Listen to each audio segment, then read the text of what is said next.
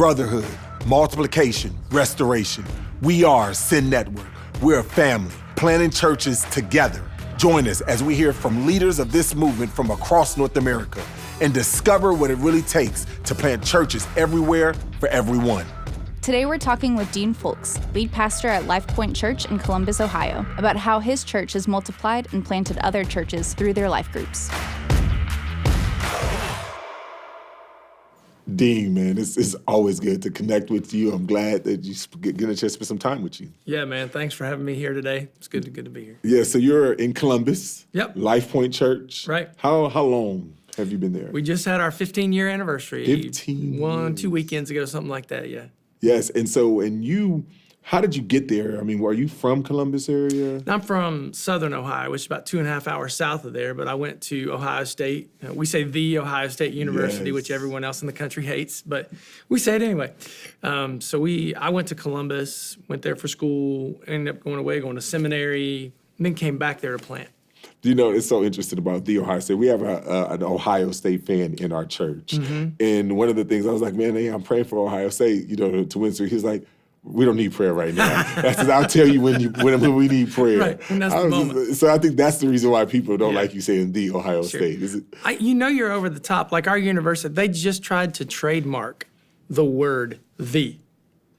They tried to they legally tried to trademark that. So I think we're a little over the top. Yeah, sometimes. that is. So you ended up staying in Columbus. Yeah, and and did you plant a church? It's like I'm staying in Columbus and I'm planting a church. Like, how did that happen? So whenever I went to seminary, I went to Memphis, and a friend of mine and I ended up planting a church in Memphis. I was there for a couple of years, and then the church that I was part of in college, they called. They said, "Hey, we're thinking about planting up on the north side of town.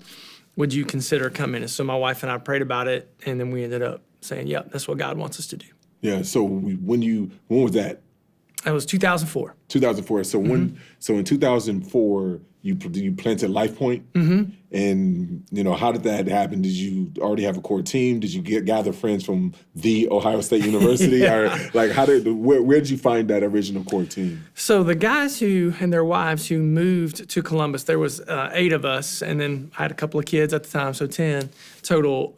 They were not from Columbus, and so when we moved, there were some churches around that said, "Hey, yeah, maybe we've got a few folks there that maybe would want to join you and whatnot." And none of that ended up materializing, right? So we thought that whenever we got to town, it was going to take a month or two to meet people and whatnot. We thought, we're going to have 100, 150 people before we ever launch. And we ended up having 10 people, right? So we had to flip that strategy on its head kind of and say, instead of kind of trying to get a crowd and develop a core team out of it, we said, no, we're going to have to get a core team and eventually maybe get to a crowd. So we just kind of flipped that strategy on its head a little bit. And how long was that process? So we started meeting in our home. We had 14 people the first time we met in a home. We bounced around to a couple of different places. And after about 6 months, we had about 65 people meeting in a house. So we decided that's too many people, in a house. So we went and found somewhere to meet, did a couple preview services, and started meeting together. So was it more driven by kind of these benchmarks of when you guys would launch, or did you early on set a date and all right, this is the date and we need to get to that date? Yeah. So in my mind, there was a date on the calendar. Yeah. But we realized it doesn't make sense to have a Sunday service, right, when it's just a small group. Yeah. And so we just decided we're going to wait until God brings people who are consistently part of us, who feel like family. So the first 100 people who joined our church, they had dinner at our house individually as families, which God bless my wife, right? But we just thought, you know what, we want to be relationally connected instead of just weekend connected, instead of just starting a service. So that just took more time. Yeah. Mm-hmm. And how did you build it around where it wasn't just around you, but you built it around kind of a core team and getting that core team? Because you just talked about 100 families all being connected to you. But how did you not just make it about you? Yeah. So each of those months, we talked about one of our 5 core values. And we had a different expression of those values all along the way. So every month, one of the guys on our team, one of their wives, would express here's how we're going to live that value out. Yeah. So it wasn't just me leading a study, leading people.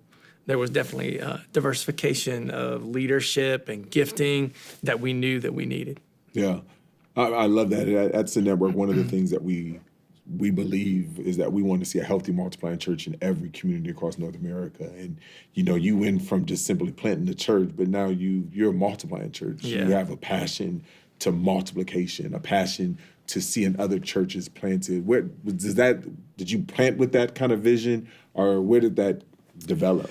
Yeah, so early on, we when it was time for us to begin meeting on Sundays, we were in a community that was growing, and Columbus is the 7th fastest growing city in the country. I think there's 82 people a day right now. They're moving to Columbus, so it's a growing city, a growing place.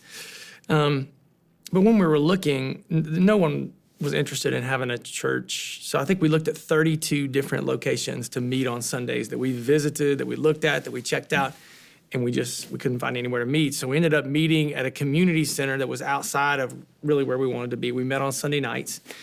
And eventually there was a church, part of our network, that was going to kind of close up shop.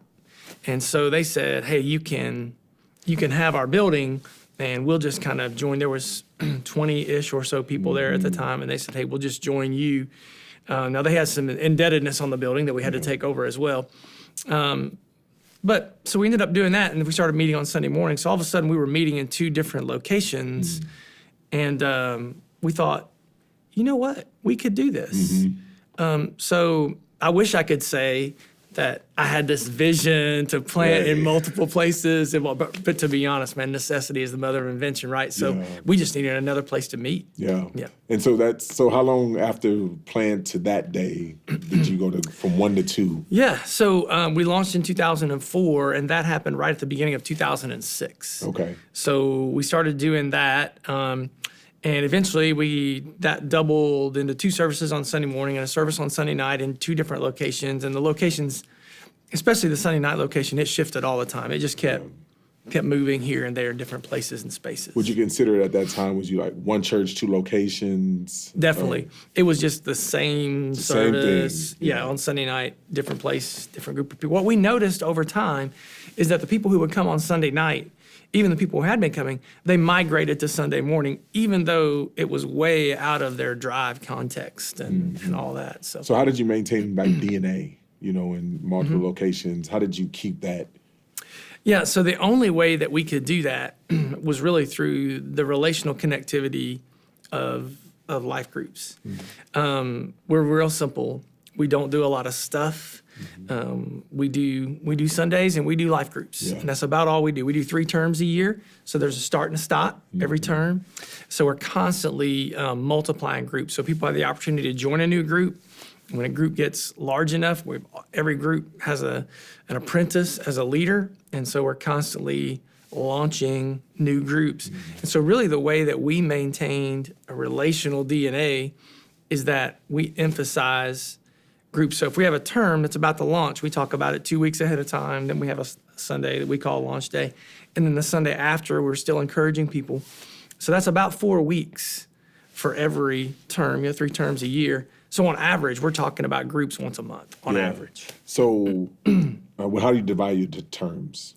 Yep. So really it's just the calendar. Okay. So we'll go from start in January, we go to about spring break, and everybody busts up and is going to do something different for spring break. Everybody needs a breather right around Easter-ish.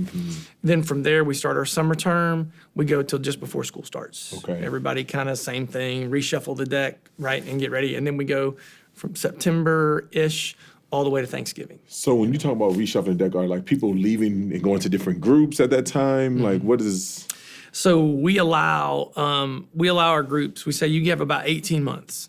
And the goal is multiplication. Yeah. So inside of a term, we want to help people connect relationally and take the next step in their spiritual journey.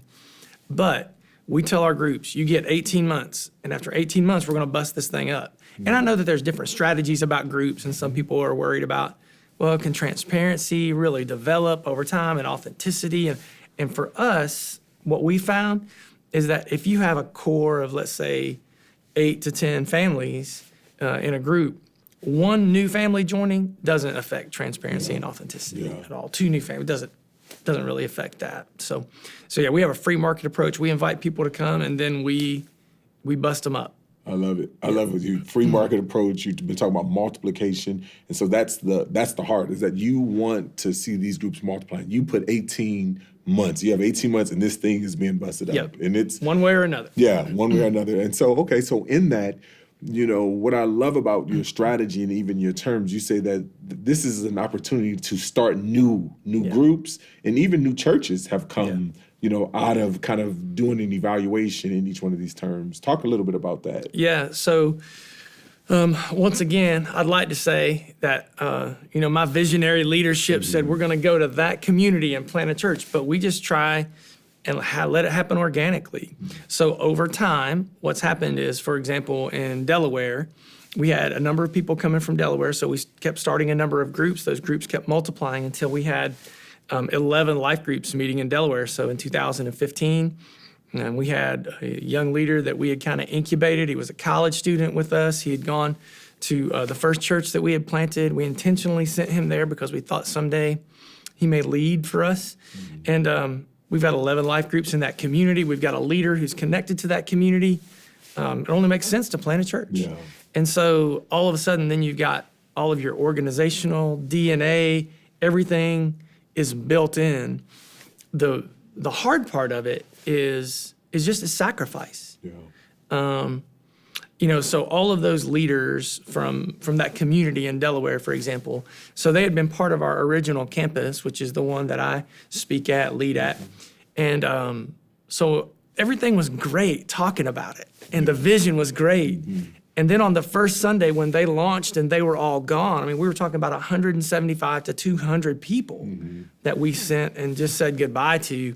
And I was not ready for the emotional toll that was going to take. Yeah. They all kind of sat together. They knew each other, and it was just like this donut all of a sudden, right? This big empty spot.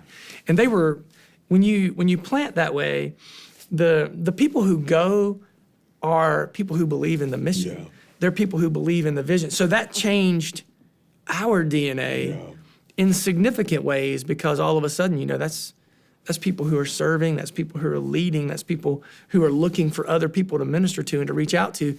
And so in doing that, in sending those folks, there's a sacrifice, there's an emotional toll that it takes.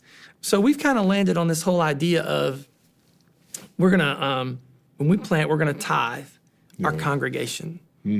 So when we say we're going to plant, that means we're going to say we're going to ask and pray. And you can't make anybody go, you can't make anybody stay, but we can pray towards and we can speak towards 10% minimum of our folks going somewhere else to plant. So our next plant, interestingly enough, just to show you how it happens organically. So we've got a young guy and his wife, they have a young child, and their leadership is growing, their influence is growing. People are starting to say, maybe someday, and he's leading this life group that's just blowing up at the seams, right? It's just growing, they're packing people in, and all these people are coming from one community that's another community away. And just out of nowhere, they started the group, and somebody from the group said to him, hey, we should go plant a church. And we don't have a class. We don't teach that. We don't, just organically, people said, oh, this multiplication makes sense. Yeah. That's awesome. Just even to hear that, because there's so many things that you're saying. One, we talked about like this idea of multiplication. When we talk about the bullseye of multiplication is discovering, developing, and deploying church planting teams from within. What I love about what you're saying is that these things are organically. These people are coming from college, they're being from your congregation, and they're even initiating that. Yeah. I wish I could say that's a part of our story. Like our church, like they have almost revolted. Right. Talk about, gaining by losing. So we had to promise our church, like, we're not going to plant in 2019 because we were planting, it was almost averaging a plant a year. Sure. And it was just like, we're not, like, I'm tired of getting to know people and then you sending them off. Yeah. And so it was just the pain of that. But talk about that tension. It seems like your people are like, I'm all in, let's go. Yeah. How have you cultivated that kind of passion for. Yeah, I think that part of it comes from the fact that we have so many tight communities that are right up beside each other that it just makes sense that people don't want to drive from over there to where we are. And so as we've talked about that vision to multiply, I think the way that people understand it is, well, those folks, we shouldn't ask them to come all the way over here to where we are. And so on the one hand, it makes sense. On the one hand, I was talking to Troy Nesbitt one time from out of Iowa, from the salt company, and he made what I thought was a great statement, because we were talking about how that's worked in both of our churches. And he said, anybody who says that this is easy, you just go multiply, go send people, go, he said, they've never done it, right? Amen. And so until you've done it, and until you see people leave, and until other people say, man, I miss them, and all those things come with. But multiplication. It's hard. Yeah, if you don't equate multiplication with sacrifice, it's probably not multiplication. You're probably grabbing a leader that somebody else incubated, somebody else cultivated, and you're probably taking them and you're sending a couple families with them, and you're which is great. That's not a bad way to plant. But when you multiply, when you discover, develop, and deploy from within, it's just a completely different animal. And not only are you discovering, developing, and deploying from within, you are doing it in a different way. Because what you said was, you noticed that there was 11 groups over here. You noticed that there were 7 groups over there.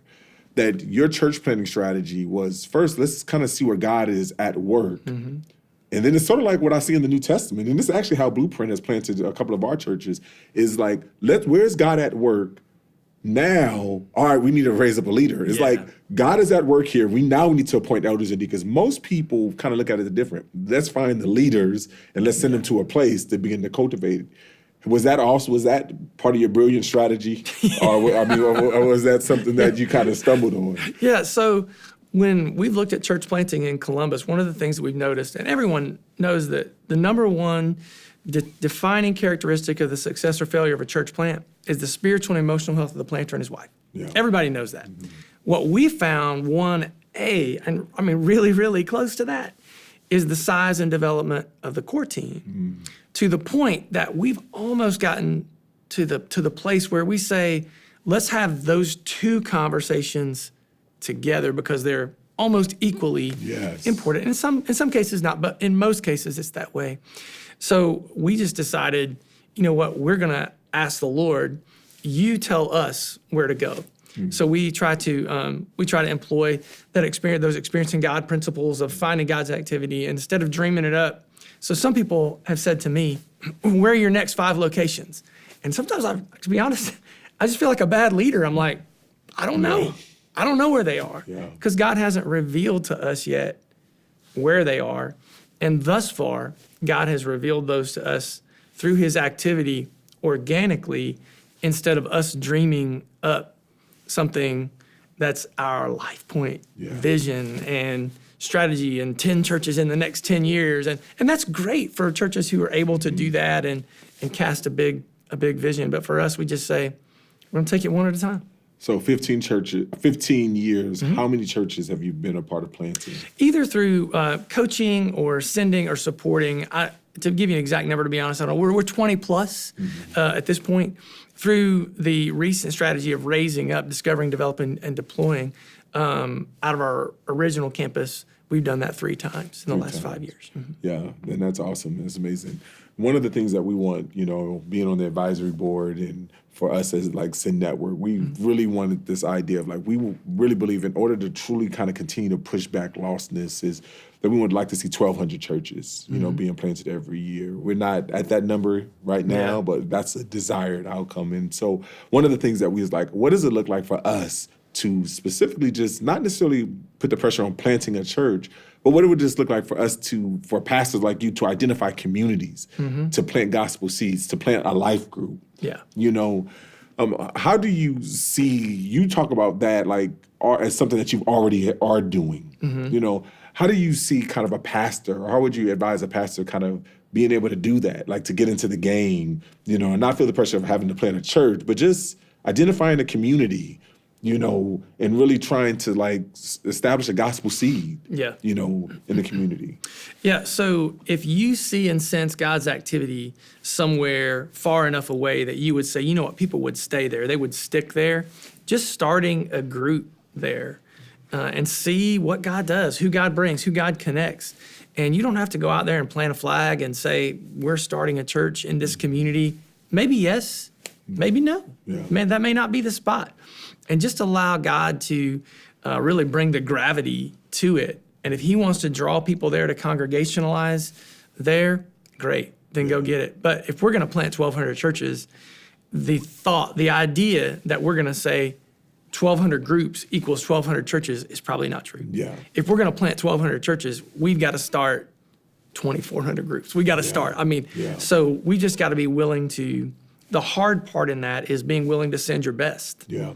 And understand that that sacrifice means that over time, you're going to have to trust and live by faith that if you send 10% of your congregation, that God will raise up new leaders where you are and return that that investment, good measure, pressed down, shaken up, right, over time to you. And we've been blessed to see that twice.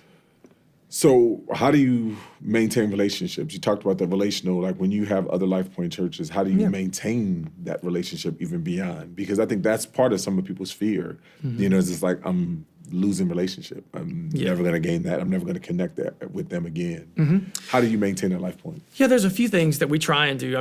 We get together as a staff team across all of our churches four times a year. We get together, the guys who teach at each of our campuses, we get together 5 or 6 times intentionally a year. Other times it just kind of happens organically. We still allow our groups to meet. You can go to one of our churches, and if there's a group that you are relationally connected to, you can stay in that group. It's not, we don't draw hard and fast lines. And then we try and get together twice a year to worship together across our churches. And so, So is it one church, 4 locations, or is it 4 churches? It's one church, 4 locations. That's how we talk about it. Yeah. That's exciting, man. Well, I really appreciate your heart for multiplication and even the sacrifice and what you said about if you're not willing to equate multiplication and sacrifice, and you're really not doing it. And that speaks so loudly, to me and to so many others. And so I really appreciate your passion, to fulfill the great commandment and to raise up laborers for the harvest. So same to you, man. You're doing a great job at Blueprint, sending guys out, and just the guys that I know who have come out of Blueprint that I've met so admire, man, your work and sending your best. Right? Yeah, it's hard. It is. It's hard. It is. But God has been faithful. Sure. Great. Thanks. Yep.